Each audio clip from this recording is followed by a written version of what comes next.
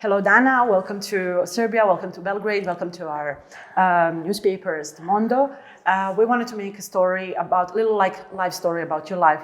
What was like before the attack, after attack, what you're doing now, and everything. So I wanted to ask you, what was your life before the attack? You were on the beginning. It was like whole life in front of you? Essentially I did. I had 2 degrees at university. I had just finished not even a year before. I was just young and wild and free and crazy. You just felt invincible, like as every young person does, just living their best life, carefree. What were your plans? What you wanted to do? So I was doing strategic business management because I had a degree in business and a degree in advertising. Just basically rebranding companies and just corporate. It was more corporate. So that was your plans to do? That was my future, yeah. And then the attack happened. Yeah. So many of the newspapers were like writing that you knew the man, that you knew the woman who attacked you. And I wanted to tell you, because most of the people here in Serbia don't know the real story. We just know the parts from other interviews and news from all over the world. So yeah. I just wanted to ask you what actually happened. Did you know that guy? How did you meet No, him? so essentially it was New Year's Eve and I was exchanging my chips in the casino, like in the line waiting to exchange your chips for money. And it was just a conversation that we had for like not even 5 to 10 minutes. Hey, going good? How are you? Happy New Year? Happy New Year. Like a conversation you would have with anyone whilst you're waiting in line to exchange your chips. It was like, it could have been a woman, it could have been a man. It was an insignificant conversation, like nothing at all that you'd go home and tell someone about. In fact, it was quite like unmemorable. Mm-hmm. He didn't even hit on me. There was no hugs, no nothing. It was just blasé. But the thing that I didn't know is the guy that he was with was the person who attacks me's first cousin. Uh-huh. And then about 6-7 weeks later, I started getting a call, like, tell me where he is. I was like, tell you who he is. And then she said his name and I didn't even know who she was talking about. And then, my whole life I've been taught, walk away, just be a bigger person. And I just hung up because I was like, what the fuck? I don't even know this person. And so the calls kept coming like, you think you're so beautiful. Like, let's see what you're going to be like when you don't look like Barbie. I'm going to ruin your pretty little face. And I just would just fucking hang up. And then I'd recognize the number. I wouldn't answer it. I'd get private calls. Like, I'd still answer. I always answer my phone. And then when it was her, I'd still hang up. And I just thought, what the fuck? I'm not seeing this person, never spoken to him again, never heard from him. And that was all like, validated in court. Like, he'd never had my phone number, I never had his. We'd never seen each other or spoke again ever. But what I'd also come to learn is that she was on bail for stabbing him when she started calling me. And so he was hiding from her because she'd obviously stabbed him.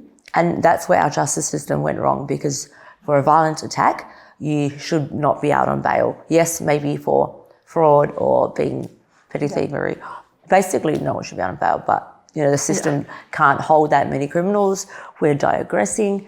But yeah, she was on bail. So she actually was just calling and like going to so many other girls' homes.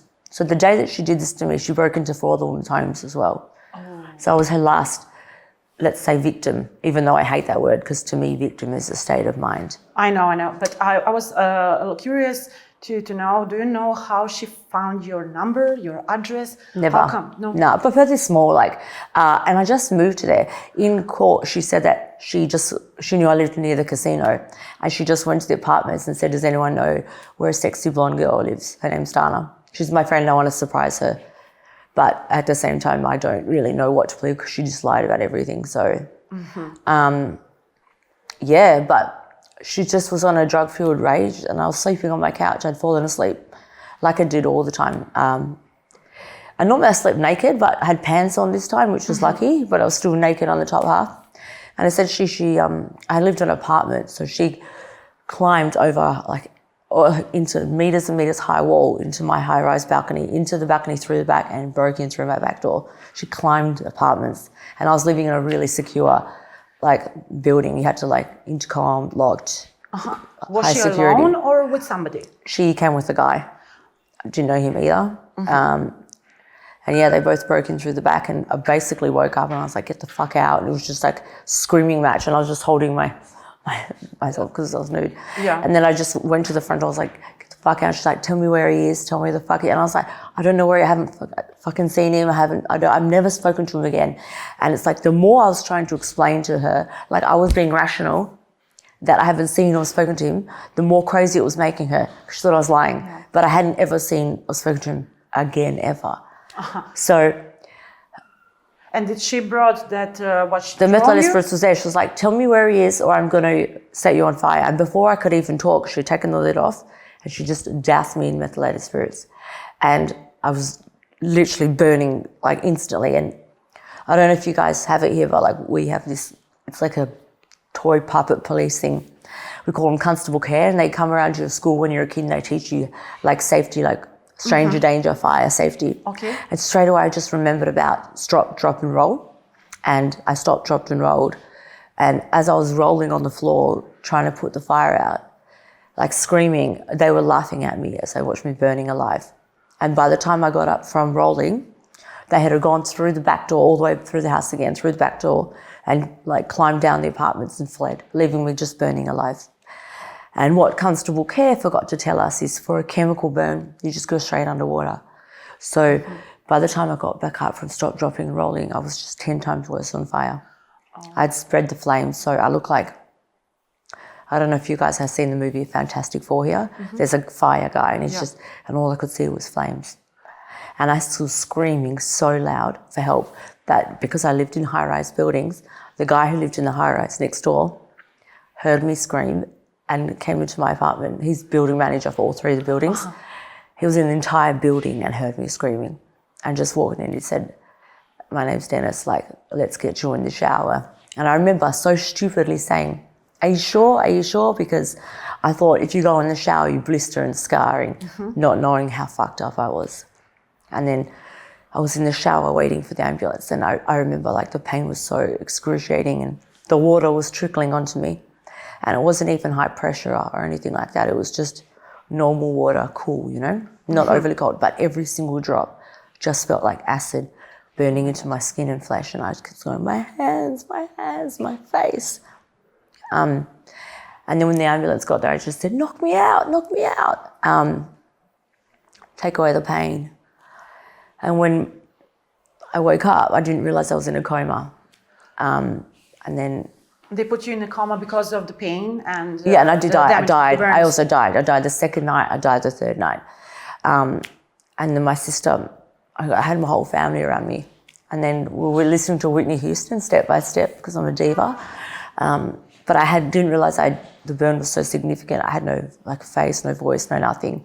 And I was miming the words like... And my sister was like, day by day. And then like I just could see her tears falling on me, like in really slow-mo. And then she's just crying, and laughing at the same time because no one knew how bad the damage was, like if I was brain damaged, if I'd lost my life.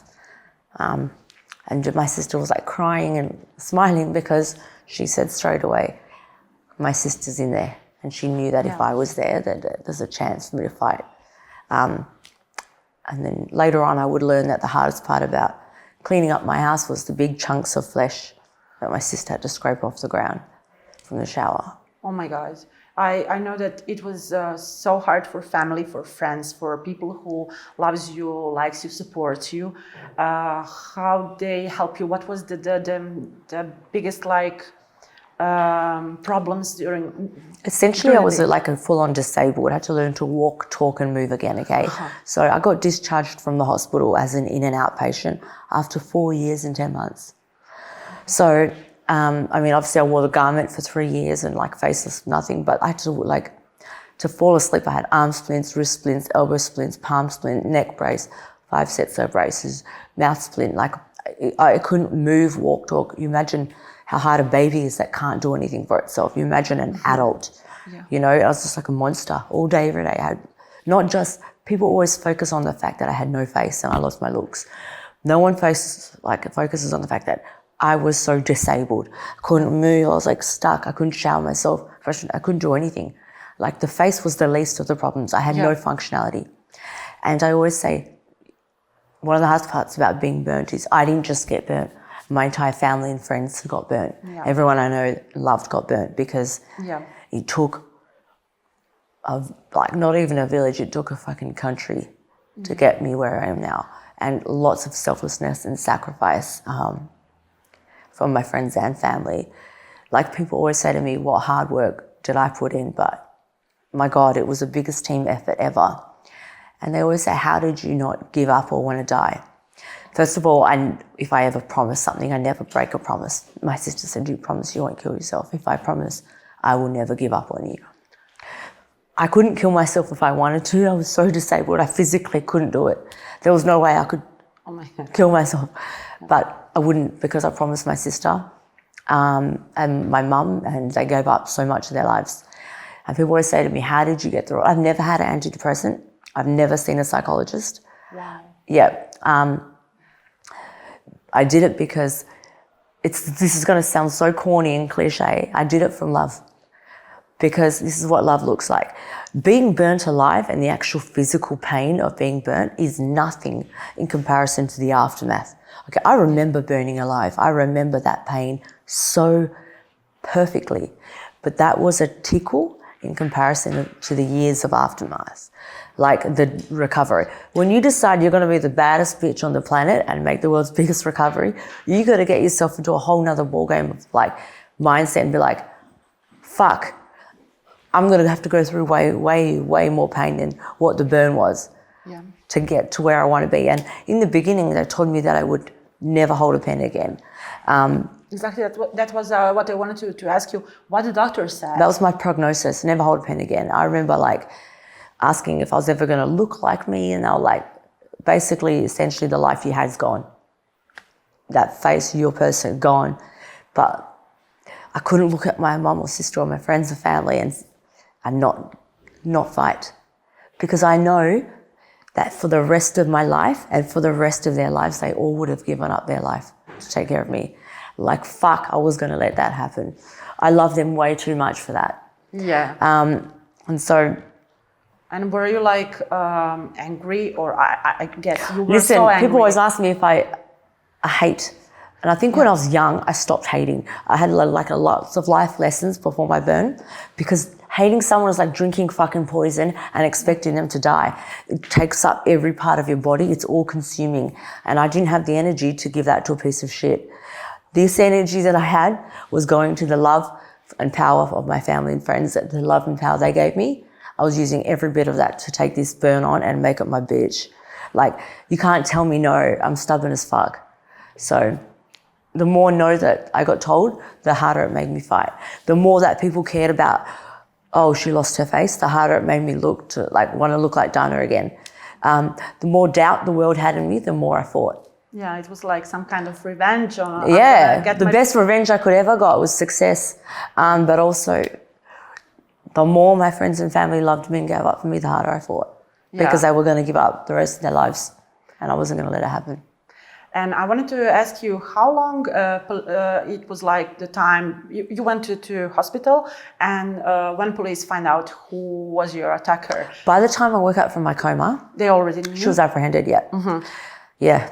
And I saw that the court, it was so heavy that her lawyer, he was like accusing you that you fake your own interest. Oh my God, so this is worse. Yeah. After she got found guilty, 17 years, then they said that she appealed it, so to the Supreme Court, on the grounds that I faked and exaggerated my injuries. In fact, all three, it was like thrown out of court after 2 years, and actually it was unheard of, but all three Supreme Court judges said that you're lucky we didn't give you extra time for this. This is the worst crime we've ever seen. I laugh because it's so fucked. What else do you do? I've been so careful, and the media is very careful to not show the worst of my worst injuries. In fact, what you have seen is the surface of how fucked it was. Like I said, it's not just a physical injury, it's an injury that destroys every part of your life, your mind, your soul, and your friends and family's life. It is so cruel, but it's an exact description of the mindset of the person that did it to me. It's a perfect example of how fucked they are, desperate, and so, yeah. But you know what? Let's not give her any time because she's irrelevant, and like we'll keep her that way. Yeah, but I just need to ask you one more question about that subject because many of the victims.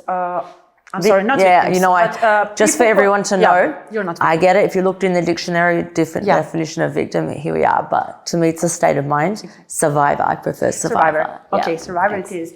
So many of the survivors in like similar situation where is like violence included and things like that, and where the attacker is in the prison. After some time, they have normal life how it should be. But then the attacker go out of the prison. Do you ever like wonder what's gonna happen when that person go out of the prison? Look, we talk about it like with my friends and family, and strangers. I'm gonna cross that bridge when it comes. Yeah, look, I think in the beginning I thought I was just dealing with I was trying to be a rational person to a crazy person, so I was just more prepared. Okay, and did she ever like try to? No, she has no remorse. Oh my God! Oh, okay. She's a psycho. Yeah, we can tell about it. Yeah. I wanted to ask you about your recovery. You had so many surgeries and procedures. How long did you take to just start functioning slightly normal? I touched my face after like 2.5 years, and it was like I was so fused. It wasn't like I touched my face like I was like. Okay. But it was like, and then I celebrated, and that's all I could do because my neck was feeling, it was like so spastic. I can't even tell you, like, yeah, it was shit. But it was the little wins, you know. I remember I wanted to touch my head for the first time, then this is so bad because girls don't do that. Okay, we're always sexy, but even just wiping, I was like, that was my goal. I wanted to fucking wipe my own downstairs. Even when I was able to do that, that was like something to celebrate. Because also, you know, you're just so undignified in that recovery. You got to leave your dignity and your pride at the door because everything that happens to you is so embarrassing. Yeah, oh God, I've got so many embarrassing stories I just don't want to tell you. You can if you feel like. Oh, shit. I read somewhere that you actually had to gain like 10 kilos so you can like use usage of the skin for the grafts. Yeah, often, yeah. So because I was burnt waist up, so thank God, because I think if I burnt my private parts, I would be like, because you know. Yeah, sexuality is important. I'd be pissed off. I didn't burn my bottom, but yes. So when they take a partial graft, they just graze it off and put it on your top. But I didn't have enough skin, so when I'd go into surgeries, I'd have to gain weight, so they had more surface area. So to obviously graft my body with, but they shaved my head on my 26th birthday and grafted my entire face with it, and my hands. With my skull. So, and people always think, oh, I've had plastic surgery, like I've had a nose job or no plastic surgery on my face, but grafts, which is plastic surgery. But everything that is a graft, which is where you move skin from one area to another, so you've got functionality, that's considered plastic surgery. But I think the biggest misconception is people are like, oh, her lips are fake, her teeth, these are my real teeth, my real lips, my real nose, these are my real eyelashes, my original, this is my real face, it's just got skin from a different area. Yeah, because does that make sense? Because when I compare your pictures before and now, you're the same person, and that's unbelievable. Also, the good thing about being burnt is there's nothing good being burnt, but there's positives. I physically can't age, so I'll never get wrinkles. Every year I'll get tighter and tighter. So as time goes on, everyone's like, oh wow, you look amazing. I've done nothing. I'm like, thanks. So someone who tried to ruin my looks essentially immortalized me. I was like, you fucking idiot. I wanted to ask you, because I saw your picture with Katie Piper, and she's amazing. She actually is amazing. So, you know, as a burn survivor and an advocate for survivors, I meet lots of burn survivors. Not everyone's cool, but Katie Piper is actually amazing. She's beautiful, funny, kind, and when the cameras are down, she's awesome. She looks like that. She is. Yeah, and I was like, because I'm following her profile and everything, what she's doing, I saw that she still has so many like procedures. Still, she has some issues with cut, with eye and things like that. Do you? Do you like have any issues still? Do you need to go still through some procedures or no? I guess I had a surgery in February, and it was like a first because I had grown my skin. Every time I had the surgery, I had to gain 10 kilos, lose it again. Then I had excess skin, which is full thickness skin. So all the layers, you know, of them, like the fat, the tissue, thick. And I was like, well, why don't we just use that skin and like put it on my back? So I've got my broader shoulders back. And they were like, we can't do it. And I was like, well, let's find people who can, and a team of surgeons. So that took a year and a half of planning and 3 teams of surgeons. And we did it in February this year. Wow. So essentially it was a win-win. I got like tighter legs. I got bigger shoulders. I was like, yes, happy days. Also, part of me feels a big responsibility to be at the forefront of technology, to be able to learn and be able to have these surgeries, because I do have a world of followers who are desperate, and I remember that level of desperation. I remember so desperately, I hate that word, I hate using that word, but I remember so desperately looking for befores and afters for hope in the beginning, and in fact only realising that I had the worst burn I'd ever seen, and there was nothing that. So for me, I was learning a lot, and I do post my befores and afters, but I would never post something I've tried that hasn't worked, because I don't want people to be on the, being like, oh, should do this. I don't want to give anyone false hope, because it is the hardest thing to come back from. Yeah. I'd rather go into a surgery thinking it's not going to work and be pleasantly surprised than having so much expectation and then heartbroken, because that's fucked. So part of me feels a responsibility to be at the forefront. And now as a practitioner, I specialise in cosmetics and disfigurements. So I make it my business and my career to know. Yeah.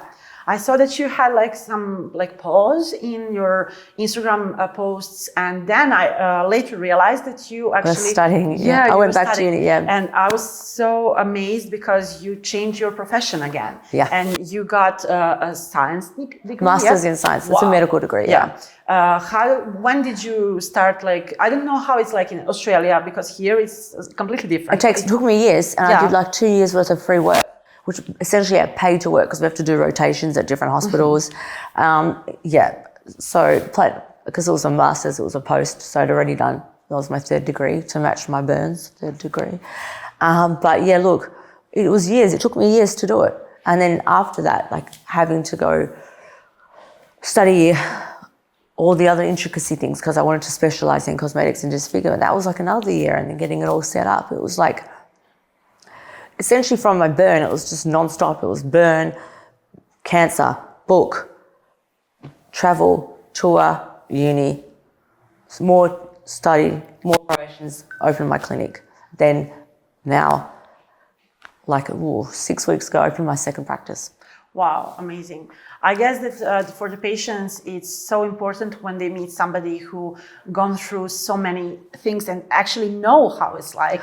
And it's a safe space, yeah. That's what I get a lot from my clients. But also, I spent over 10 years studying the face. Every little thing. I did so many firsts, so I knew what it was going to take. I also have an understanding of the face so intricately. Like, the harder something is to learn, the easier it is for me. The harder the technique, the easier it is for me. It was like I was born to do this. And, you know, like, some of my surgeons are my patients now. Wow. It blows my mind after I was told, you're never going to hold a pen. You know, like, some of my nurses are my patients. My surgeons refer patients to me. Like, in my wildest dreams, in my hopes for the future, like, in the beginning, I would have just hoped to walk properly. And that would have been enough. I'd have been so happy to be able to walk properly. But to be where I am now, I still pinch myself to have my face, to have my life, to have my family have their life back. Yeah, that's amazing. Yeah, it makes me want to cry just for like happy tears, joy. happy tears. Yeah, like I just love them so much. And like, love is just the most powerful thing. And I think that I could be forgiven for being bitter and being twisted and all fucked out, because what happened to me was so cruel and so ugly. But I have seen way more good in this world than I have bad, and the whole world rallied behind me for one person's shitty actions. But what I've been able to give back to this world has been priceless. it was like my destiny to have been burned. Exactly, yeah, because this is That really little amazing. fire I had inside my eyes was like, for the fire I was going to give the world. Yeah, that's amazing, actually. And I wanted to ask you to tell us more about your practice, because I saw so many examples you share on your Instagram, before and afters. You transform people's lives, their looks. I know somebody will say like it's superficial, it's only looks, but it's important for us. Bang on. So like, we don't ever say to people, or we don't shame them for going to the gym for wanting their best bodies, do we? No. So why should we shame anyone for wanting their best faces? Also, it's like everyone gets shit done now. Like so many of my clients are guys. It's when you feel your best, you give your best. Okay, like it ricochets into every part of your life. When you give your best to yourself, you give your best to others. And I'm walking, living proof that when you feel your best, you give your best, but also the psychological attachment. So not just for me, but like someone who's had cancer, someone who's had domestic violence, car accidents. When you eradicate that from their like physique, it also can help eradicate the psychological attachment to that trauma. So it can erase a bad time in someone's life and give them that hope of moving forward. And not even just people who are disfigured or had like some sort of a cancer or an attack. People who've just like felt like they felt like life has worn away on them, or you know, they just want to feel like their young best selves from when they're 20. Good on them. You've got one life, live your best life. A lot of my clients say, I feel bad coming here, like, look what happened to you, you fought so hard for your life. I say, don't. Just go, live your best life, look your best, feel your best. And like, that's a lot of my clients. Women who just want to come in looking and feeling their best. Because when you feel your best, you give your best. You don't want to get back to the end of your life and be like, fuck, I wish I tried that. Just have the best life. Come in, have a good time. It's a whole vibe in there. It's so fun. I actually have the most rewarding job in the world. I love it so much. I never believed that saying, if you love your job, you're not working a day in your life. I thought that was bullshit. I was like, who likes work? I love work. I love it so much. But yeah. Yeah, it's nice. And you have one clinic or? No, I just opened my second practice. Your second practice? Yeah. Okay. So I have 2 clinics now. And it's in Australia? Or yeah, they're both in Australia. Are you planning maybe in the future? Listen, I always say, if you asked me 5 years ago, I would have said, I'm so happy where I am in life. But then every year I cannot tell you where I'm going to be, because my life just grows beyond my own comprehension. Obviously doesn't grow out of the blue. I work my fucking ass off. People are always like, oh, you're so lucky. I'm not lucky. I work my whole life. Worked so hard. I've sacrificed so much. Luck has nothing to do with it. I've worked so hard. I'm lucky I have the friends and family that I have. I'm lucky to be alive, yes. But hard work has so much to do with it. But I was so surprised when I find out actually that you, it's not only the attack, you had like some other things in life that happened that weren't easy at all. You said something about cancer. Yeah. I read something a little bit. I don't want to, to talk too much about that, because I don't want to pressure you to talk about something like that. And that you had situation, if I read correctly, that you had a stalker also. Yep. So yeah, okay. After I got burnt at 25. At 27, I was diagnosed with cervical cancer. Fun times. Then all of the money that like Australians donated to me, the head of this charity stole it. Yeah, so the money that was donated to me from Australians was stolen. And then I told that person, I'm coming for you.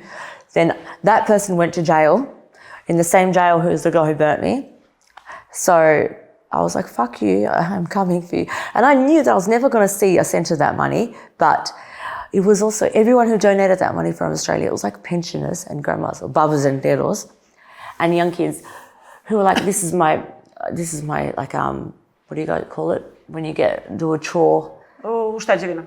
Yeah. Like, that. You leave money. For the chore money. That's, or their birthday money or their Christmas money. And grandparents were like, babas and dedos, pensioners was like, I'm so sorry, this is only $5, but this is like, and like everyone wrote messages of what, I just felt responsible for the other people. And then I said to this person, I'm going to get you. I spent 2 years trying to get her, and I found out she was stealing from other people, like other organizations. So I mean, if I tell someone I'm coming for you, I would really watch out because I am relentless. As relentless as I am in my recovery, I will be in my pursuit of you. And then I had a stalker. I'm laughing because my best friend is here and she's making me laugh. She moved to Serbia. Yeah. That's why I'm here at Belgrade. Can thank her. Or maybe not thank her. You might regret me being here. So, and then I had a stalker for like 5 years. Didn't know her, never met her. Basically make like 20 to 50 profiles a day for years and years and years. Even when I was here last time, that person was stalking me. And I'd gone to the police and like, we can't do anything about it. We don't know who the person is, of course. I didn't know who the person was, and the threats got like worse, and then they were like reaching out to organizations, and it was just, again, someone I didn't know. So at this stage I was like, well, when I got burnt, the police said to me, why didn't you tell us? Like, this person was calling me, and I said, well, I didn't know them. I didn't do anything wrong. And it was just calls like, what did you want me to do? Like, I didn't take it seriously. I knew I did nothing wrong. Same thing this time. And then this person started doing copycat phone calls after years of like infatuation.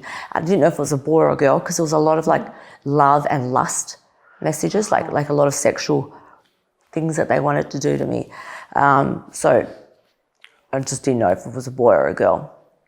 I didn't know anything, actually. And then I'd gone to the police and I said, like, this is what's happening. They're copycatting the person who was, like, the things the person was saying to me. And this is after years of them doing it. Mm-hmm. So I'm like, we can't do anything about it. We don't know who it is. Like, it's just cyber. And I was like, you told me that when I got burnt, why didn't I call the police? I was like, this is why. Fucking useless. Like, I didn't do it. I don't know what's like, you know. Anyway, of course, they still didn't do anything. Then my stalker sent flowers and like a love, like a sexual letter to my mum's house. And then I was like, now you're fucked. Because you don't fuck with my mum. You don't fuck with my family. And that was the line that they crossed, that I was not going to let it go. And so then I went back into the police station and then I just basically abused them. Then I threatened them with the media. And then I was like, look what the fuck happened to me. Last time someone was calling me that I didn't know, did nothing to, was doing. So then it turned into a state case, to a federal case. And then the person got raided. I was they lived between Sydney and Melbourne, so in the whole other side of Australia. Somebody I didn't know. It was a girl who's just like completely infatuated with me. Never met her, never seen her. And she actually got sentenced to a mental health facility. It was like extreme mental health issues. Yeah. But yeah, it was like not going to stop. So that person got sentenced to a mental health facility. Yeah, but I'm also almost glad it happened because I probably would have just let it go. But when you fuck with my family, then you're fucked. I was not going to let it go. So yeah, when it rained, it poured. But at this stage, I did not fight so hard for my life to let people fuck me over, or to not fight for what I believe in, or fight for good, or fight for burn survivors, or fight for justice. What would be the point in me doing that and just to have a blasé life? Also, at this point, I'm so good at fucking fighting, so bring it on. Yeah.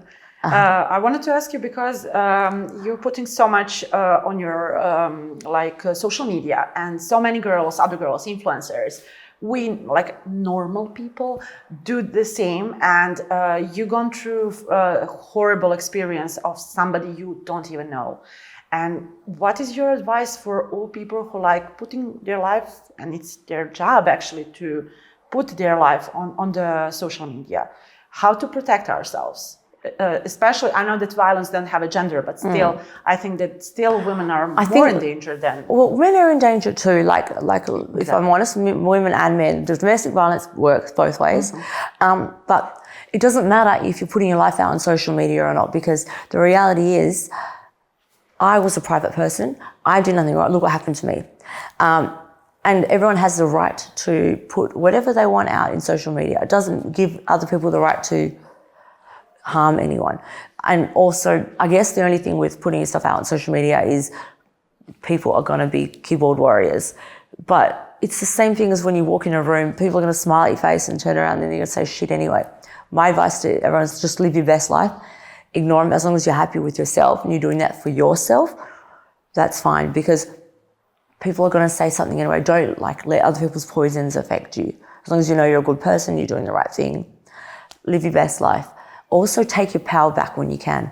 Like, for example, last summer, I was going to the beach and people were taking photos of me in my bikinis and like uploading them in the media. And I was like, well, on their socials. And I was like, no, I'm not having that happen. So for my 35th birthday, oh my God, 36, I'm 37, fuck.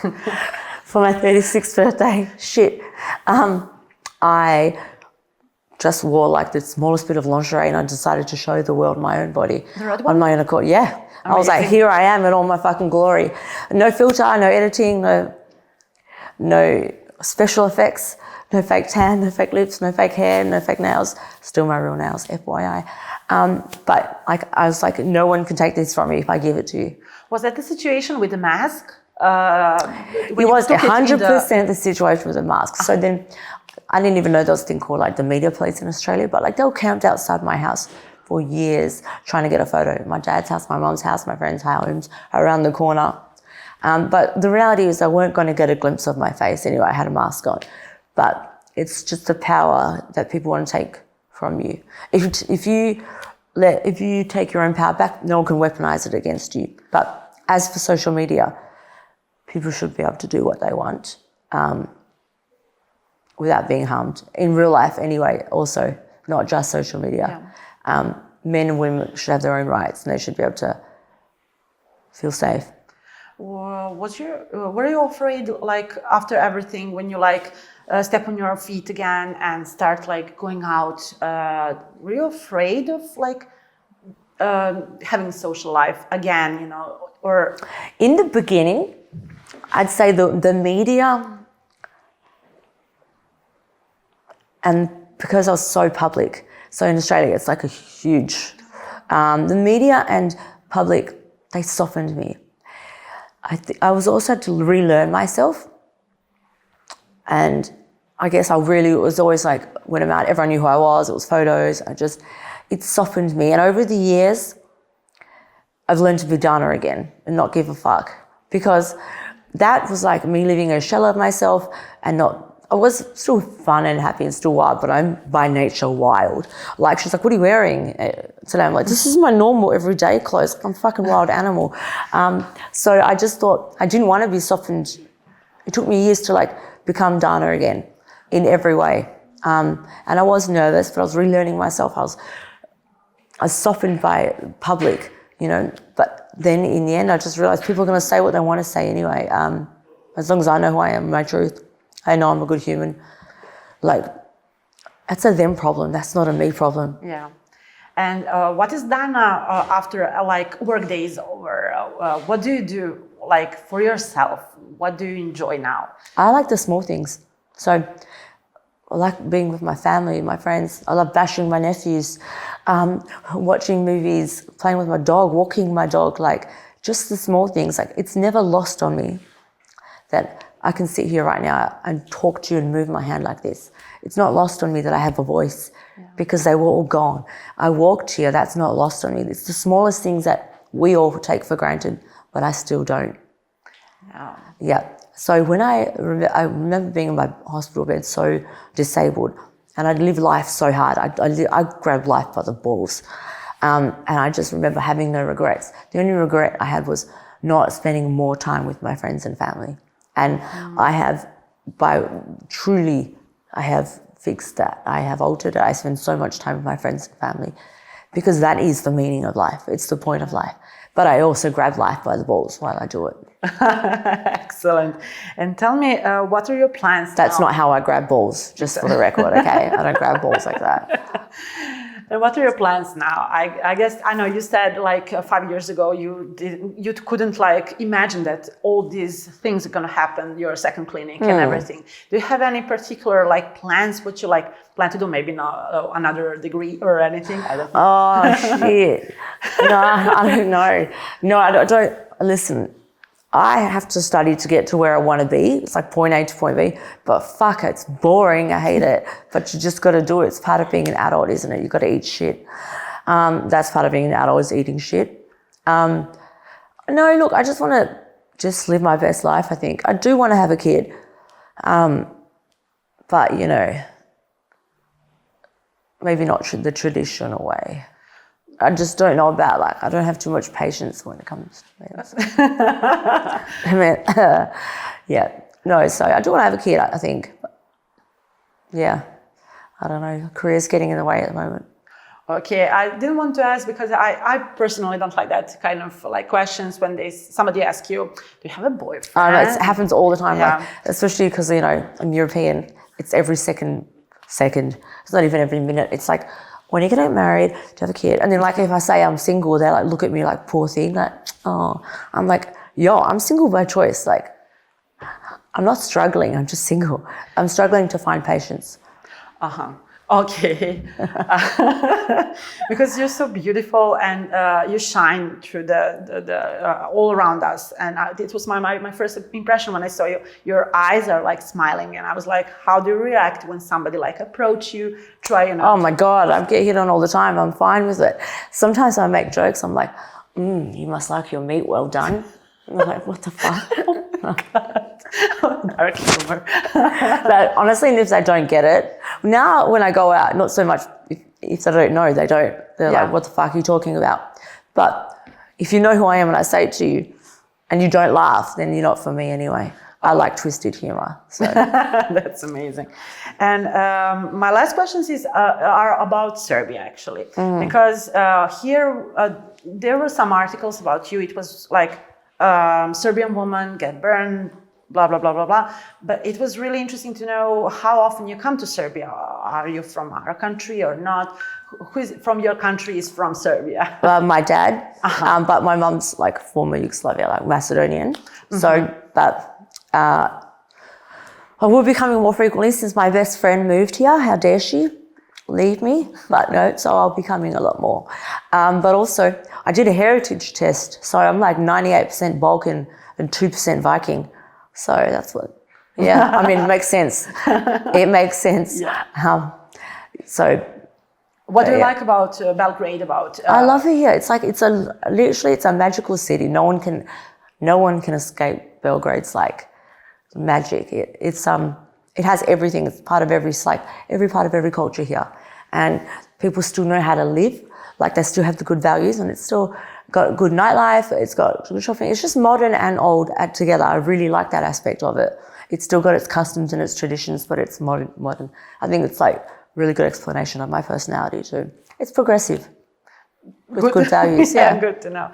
And at the end, I just wanted to ask you: do you have any like message for people who are struggling? It's not like about only survivors and people who've gone through some hard things in life. Do you have any like message how to overcome that? Because so many people are like, okay, I know this is gonna go by, I'm gonna be okay tomorrow, but they still struggle to find that sparkle that brings them tomorrow to like think about what can happen, what can change, what can be better. So look, how to find that? Two things, like the weather always changes, like the clouds will always go, but the way you wake up, I think, dictates your life. Like, you don't want to wake up as a sad sack of shit, because when you wake up angry or sad, that's how the rest of the day is going to go. You've got another day to change your life. Wake up with a different mindset. No, I can't. Wake up saying I can. Don't be like this. I don't have this. Think about the things you do have. All right, because I could sit here all day and get a fucking list and be like, this is what I didn't have. But on the other hand, the smallest list that I did have was good friends, good family. I'm alive. I have breath. I can see, hear, smell, taste. I didn't even have function. I couldn't walk, but I had those things, and from that I built I had a little rock, but I made a mountain. You know, so my list of what I didn't have was so long, but my list of what I did was tiny. But that's what I focused on, and now it's the opposite. Thank you so much for being here, for that kind of words, for everything you told us. And I hope you're gonna come again to speak with us, especially if you like open some clinic here in Serbia. I think it'd be amazing because of the best friend, of course. You need to come here more often, sorry. No, it's magic here. But no, thank you. And thank you guys for staying back after a Friday night. This is how good you are at your job. Give them props, boss, okay? Thank you so much. Yeah, no, thank you. Thanks. you. And thanks for going to Africa to get my coffee. Poor children.